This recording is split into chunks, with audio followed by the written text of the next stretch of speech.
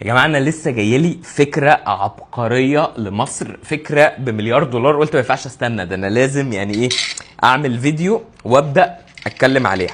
فكره ان احنا نعمل متحف جديد نسميه متحف المسروقات.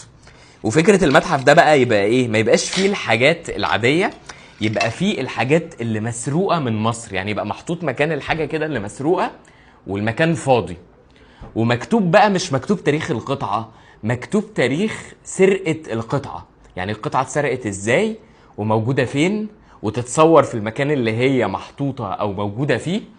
فيبقى الموضوع كده زي ما تقولوا عامل ضغط على الناس اللي هم واخدين الحاجات ان هم يرجعوا القطع المسروقة. ويفضل بقى المكان، مثلا المكان اللي مكتوب فيه تاريخ القطعة يفضل مظلم، واللحظة اللي القطعة ترجع البلاد كده كده هيتضغط عليها، فواحدة واحدة هتلاقوا البلاد هتبدأ ترجع القطعة اللي هي واخداها من عندنا. فكل ما قطعة ترجع تتحط مكانها في المتحف، تخش كده تنزل تشن تقوم منورة، وتاريخ القطعة الحقيقي يبان.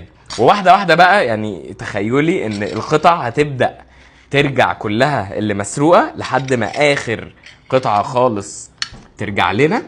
ويتعمل بقى مع وصول اخر قطعة الافتتاح الحقيقي بتاع المتحف. يعني يبقى فيه افتتاحين: افتتاح متحف المسروقات The Museum of Stolen Artifacts، ولما الحاجة كلها ترجع نسميه بقى ايه The Museum of Returned بقى، او ايا كان بقى هيتسمى ايه وقتها.